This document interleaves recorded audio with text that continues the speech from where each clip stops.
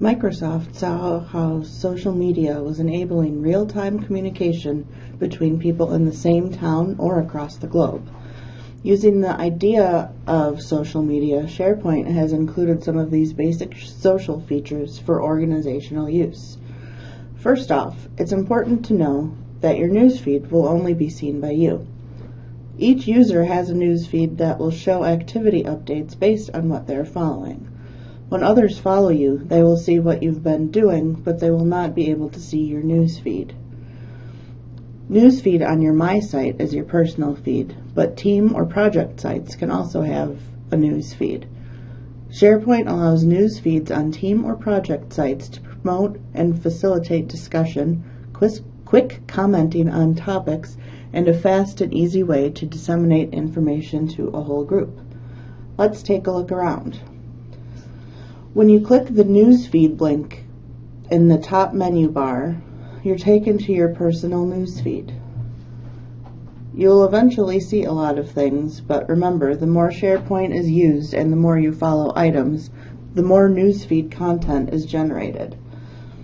You can post photos, hyperlinks, documents, or mention someone in your newsfeed. Here in my newsfeed, you can see that a document I follow, called Newsfeed, has been modified. Someone mentioned me in a post, and there are links to another site and a document.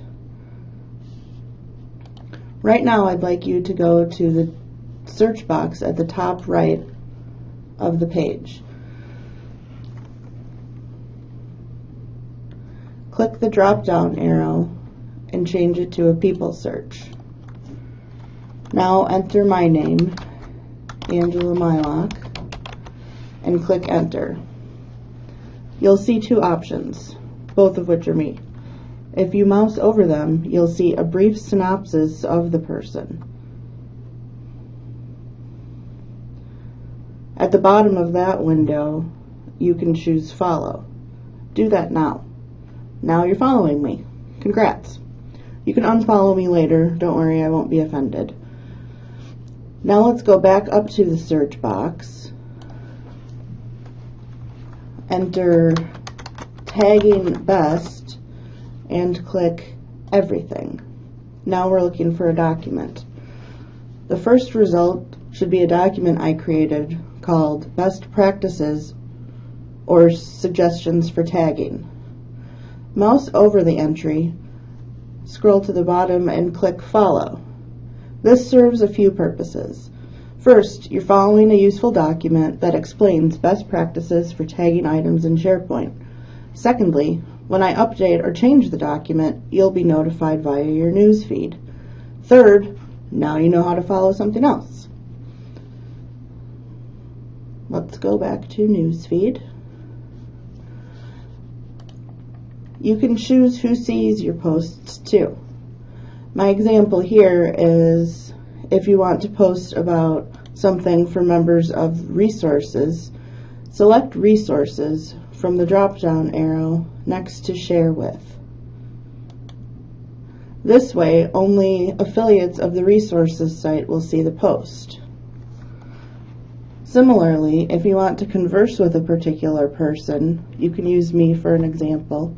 Simply put the @ symbol in front of their name, press space, and then type your message. If you've watched the other tutorials, you might remember the ellipsis during the About Me presentation. Let's go back and take a look at that now.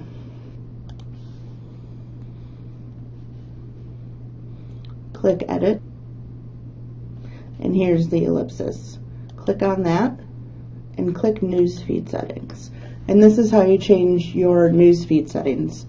I'm not exactly sure why they're here instead of in the newsfeed section, but this is where you can make all of your modifications for newsfeed. I recommend leaving them set as they are until you get a good understanding for how the newsfeed will integrate into your day. After that, you can change whatever you wish. All right, next we will talk about WCER SharePoint specific help and resources.